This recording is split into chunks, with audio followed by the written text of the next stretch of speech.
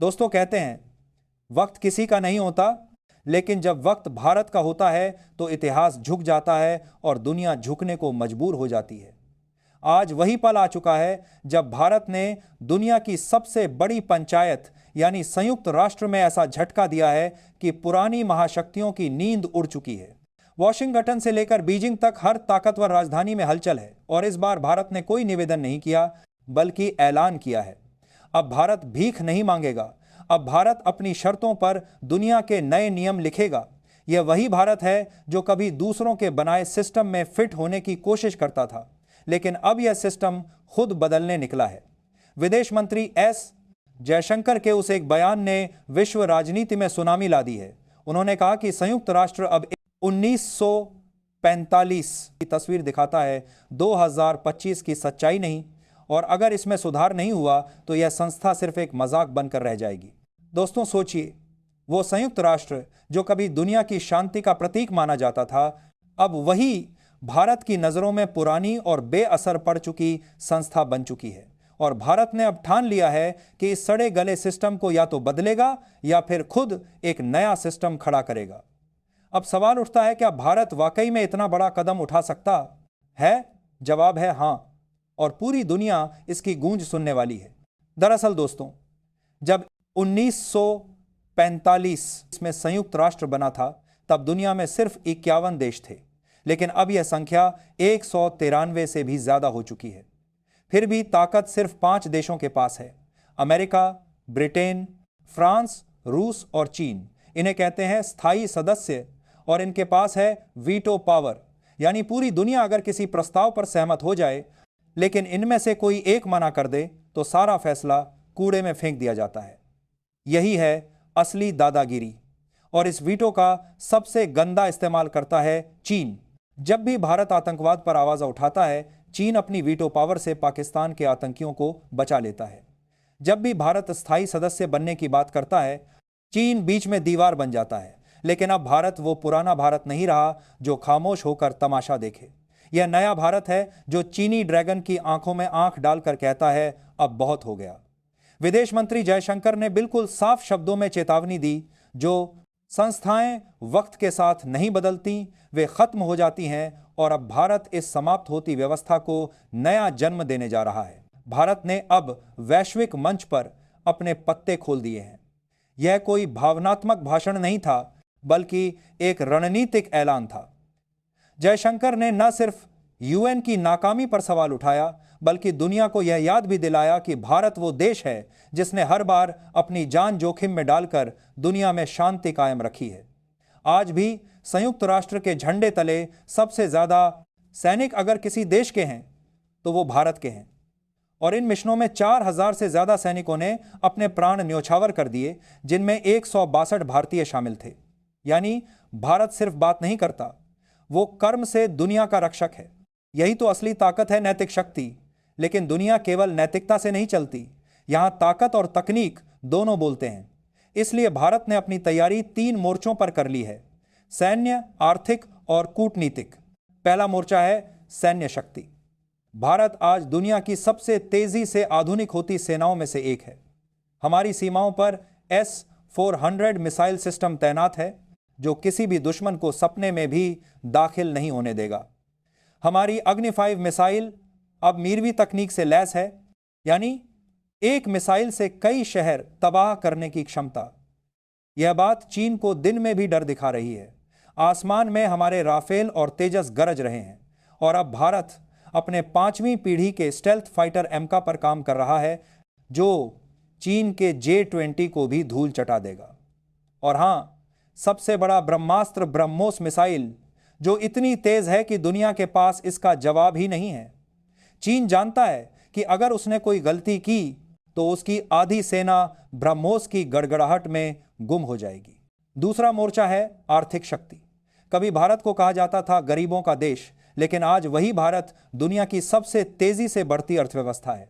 आत्मनिर्भर भारत अब एक नारा नहीं, बल्कि एक आंदोलन बन चुका है। अब भारत दुनिया का सबसे बड़ा हथियार आयातक नहीं, बल्कि निर्यातक बनने की राह पर है।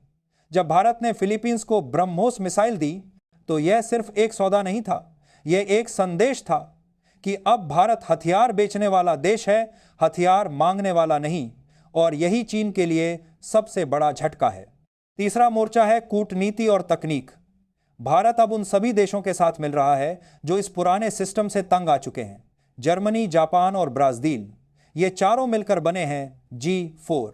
इनका लक्ष्य है संयुक्त राष्ट्र को नया रूप देना। लेकिन सामने खड़ा है एक और गैंग कॉफी क्लब, जिसमें इटली, पाकिस्तान जैसे देश हैं। इनकी हालत वही है, न खुद आगे बढ़ेंगे न किसी को बढ़ने देंगे।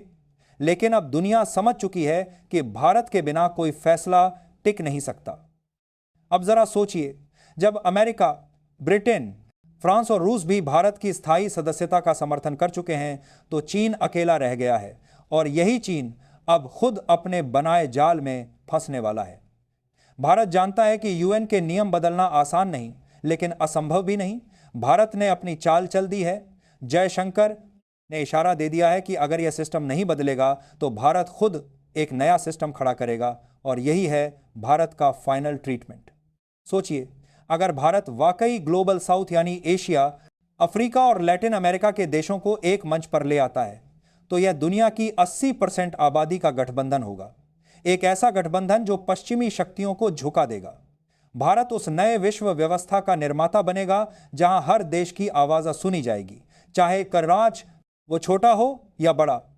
दिल्ली बनेगी दुनिया का नया पावर सेंटर, और जब यह नया संगठन बनेगा तो पुराना संयुक्त राष्ट्र खुद बिखर जाएगा। उसकी हालत वैसी होगी जैसे बिना दांतों वाला शेर जिसकी दहाड़ सिर्फ यादों में रह जाएगी। भारत यह खेल बहुत समझदारी से खेल रहा है। उसने चीन को सैन्य मोर्चे पर डराया, आर्थिक मोर्चे पर पछाड़ा, और अब कूटनीतिक मोर्चे पर घेरा है। क्वाड यानी भारत, अमेरिका, जापान और ऑस्ट्रेलिया, यह समूह हिंद प्रशांत क्षेत्र में चीन की हर हरकत पर नजर रखे हुए हैं। चीन को अब चारों तरफ से घेरा जा रहा है। यह वो चक्रव्यूह है जो इस बार भारत ने रचा है, और इसमें चीन के बच निकलने का कोई रास्ता नहीं। दोस्तों, भारत अब सिर्फ एक देश नहीं बल्कि एक विचार है जो कहता है वसुधैव कुटुंबकम, यानी पूरी दुनिया एक परिवार है। लेकिन अगर परिवार में कोई सदस्य दूसरों पर हुकूमत करने लगे तो उसे घर के दरवाजे दिखाने का समय आ जाता है। अब वही वक्त आ गया है। भारत न युद्ध चाहता है न सत्ता, वह चाहता है बराबरी। लेकिन अगर बराबरी नहीं मिली तो अब भारत एक नई व्यवस्था बना देगा। जयशंकर ने यूएन को अंतिम चेतावनी दे दी है, अगर तुम नहीं बदलोगे तो तुम्हें बदल दिया जाएगा। यह सिर्फ एक बयान नहीं था, यह एक क्रांति की घोषणा थी।